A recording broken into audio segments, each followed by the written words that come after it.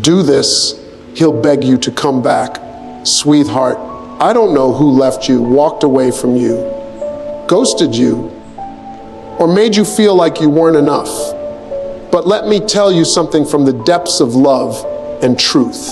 You are not hard to love. You are not too much. You are not a mistake that needs fixing. But what you do need is a reminder of your own value.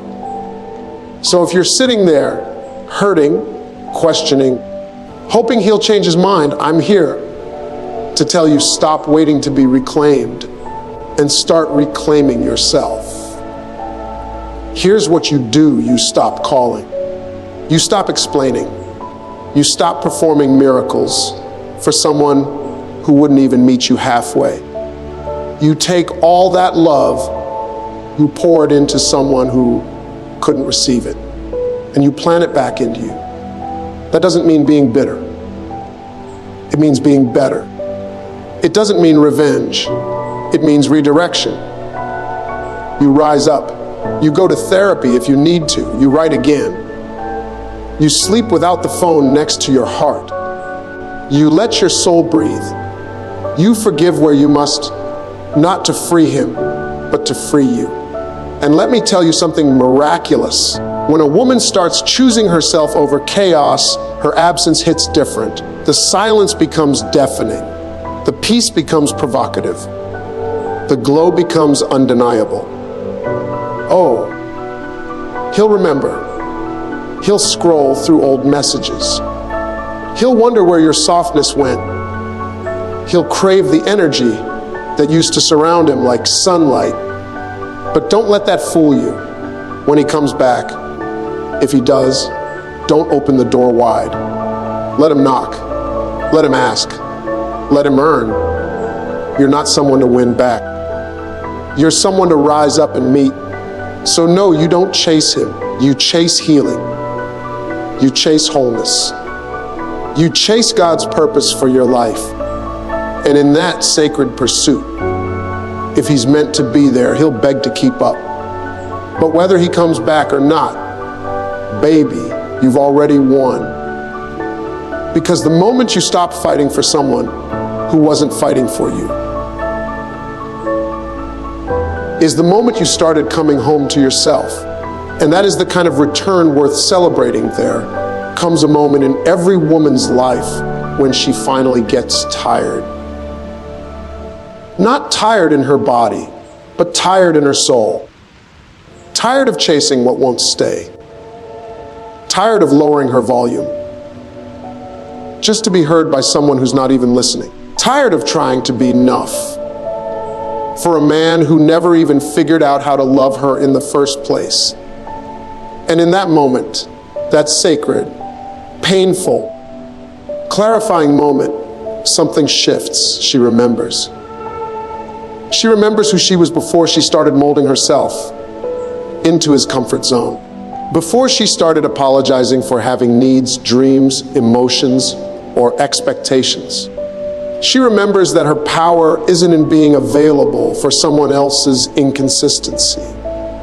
Her worth isn't measured by how many times she forgives silence. And her love, oh honey, her love is a gift, not a currency to be spent trying to earn scraps of attention.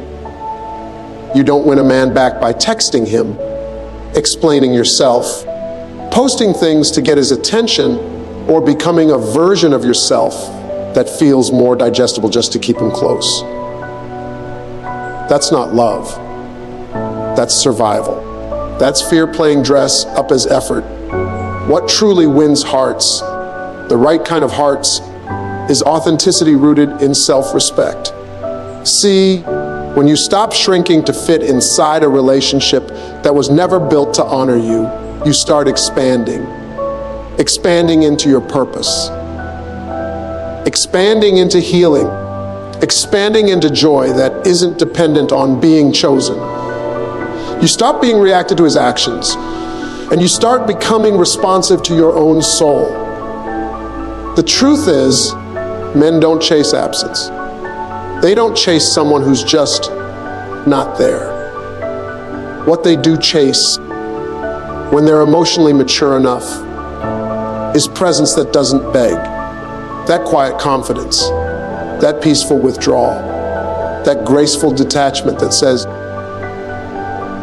I didn't leave because I stopped loving you. I left because I finally started loving myself. There's a different kind of gravity around a woman who has found peace without closure.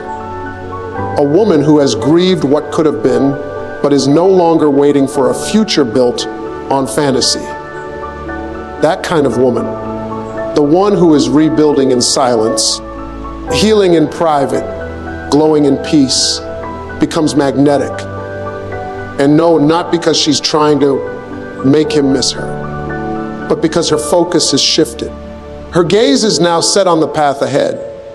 Her energy is now wrapped around growth, not grief.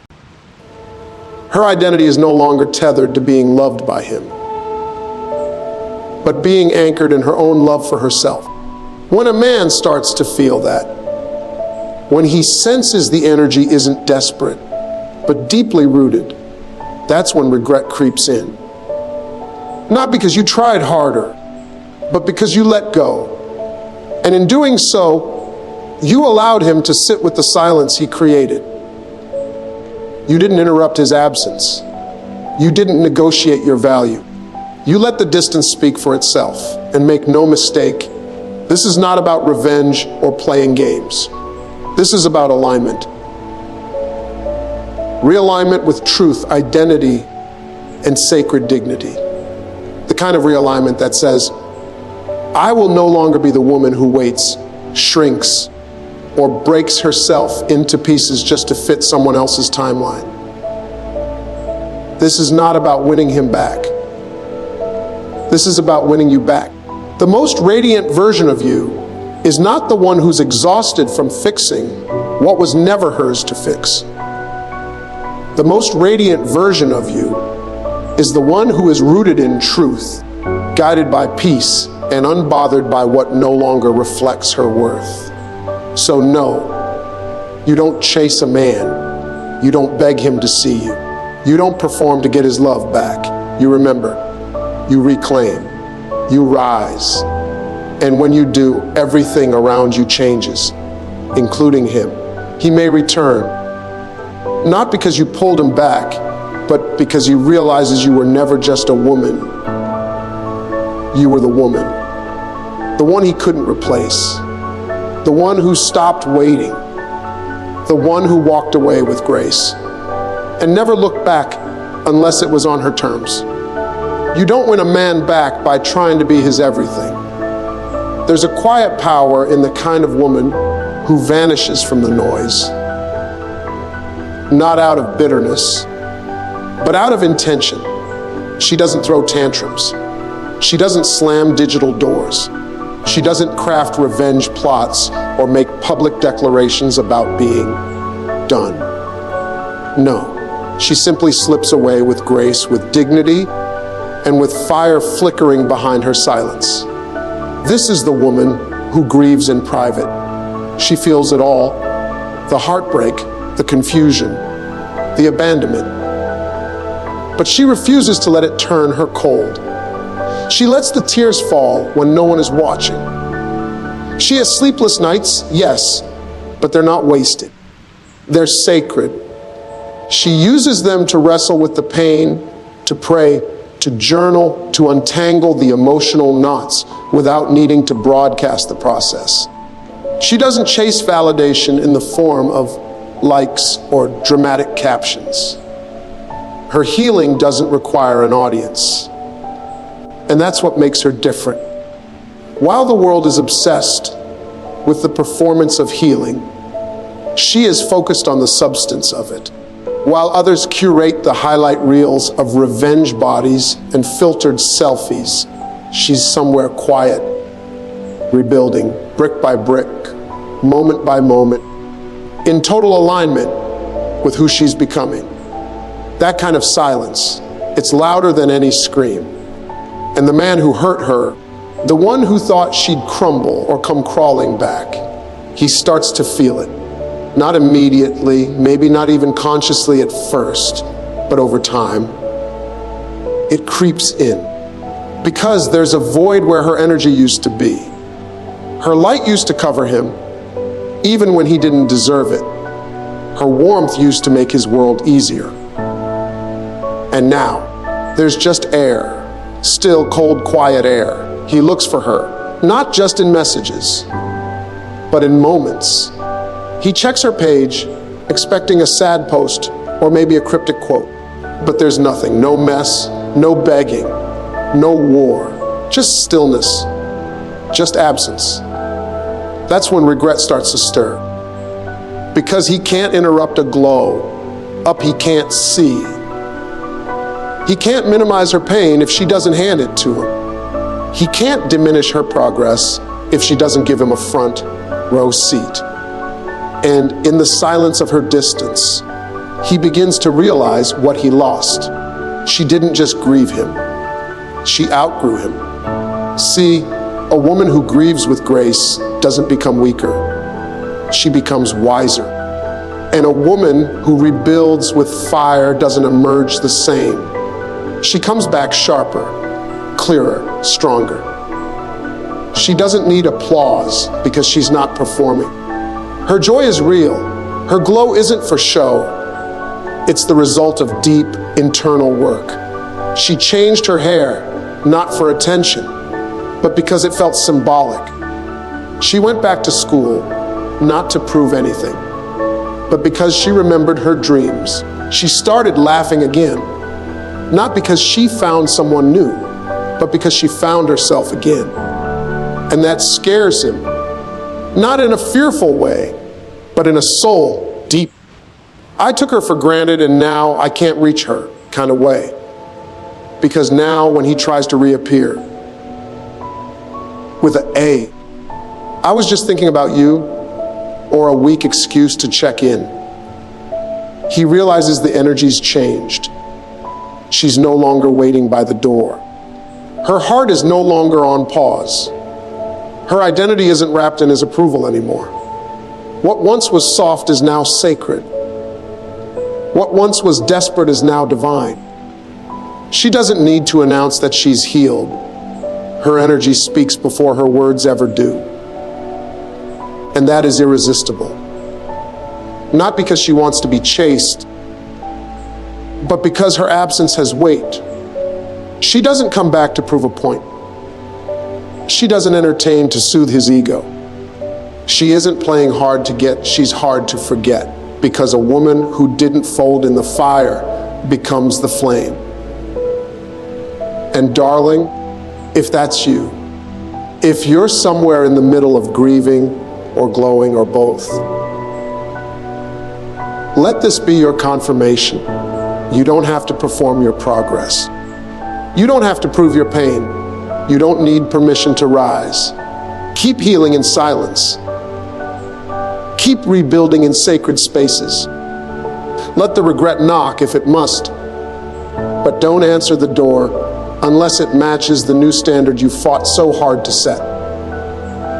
You are not his lesson. You are your own victory.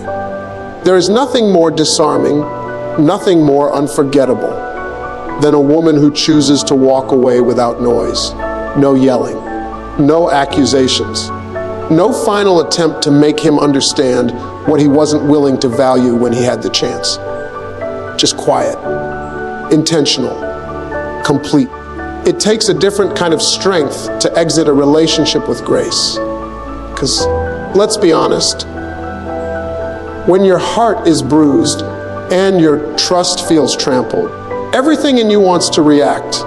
You want to scream. You want to prove. You want to leave your pain on the table so he can finally see the cost of his inconsistency. But when you choose stillness instead, when you leave with a soft thank you and no trace of bitterness, that silence, it echoes. And make no mistake, that silence speaks. It says, I'm no longer asking for what I deserve. I'm simply removing myself from where I was never truly seen. It says, my peace is more important than being right, than being heard, than being understood. It says, I didn't lose you. I found myself.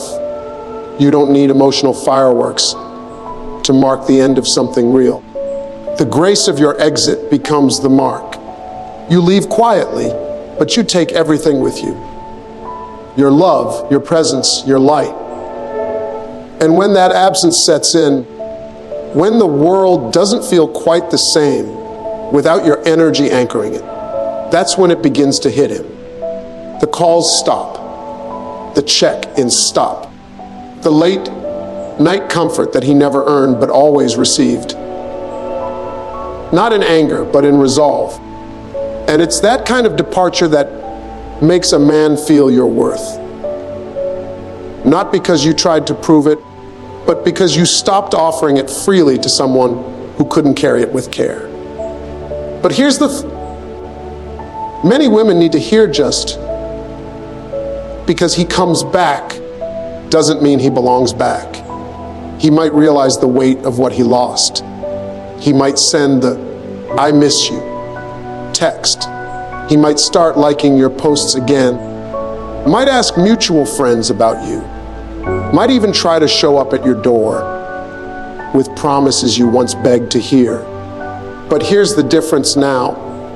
You're not the same woman who left. You've grown. You've healed. You've recentered. So no, it's not an open door anymore. It's a gate. And gates have locks, boundaries, filters. Not because you're holding a grudge, but because you're holding standards. Standards you didn't know you were allowed to have before. Standards you had to rebuild from scratch after someone treated your heart like a revolving door. You're not asking him to be perfect, but you're also not accepting emotional breadcrumbs just because he finally noticed your worth. If he wants to come back, he needs to come back right. Not with charm, not with tears, with consistency, with clarity, with accountability, with alignment, because the woman who left with grace doesn't let just anyone back in. Her peace is expensive now. Her energy isn't cheap. She knows how to live without him. And that kind of knowing is power. And to be clear, this isn't about punishment. It's about protection. Protection of the woman you've become, of the healing you fought for, of the boundaries you set when no one was watching. So, if he knocks, if he remembers, if he regrets, let him. But let your healing be the filter. Let your wholeness speak before your history does. Ask yourself, does this serve the woman I am now? Or just the girl I used to be when I didn't know better? Because walking away gracefully isn't weakness. It's wisdom. And receiving someone back without discernment isn't kindness. It's self-betrayal. So hold your head high. Keep the gate secure. Not everyone who leaves deserves to re-enter. And not every apology deserves access. Your grace was never the problem. His lack of respect for it was.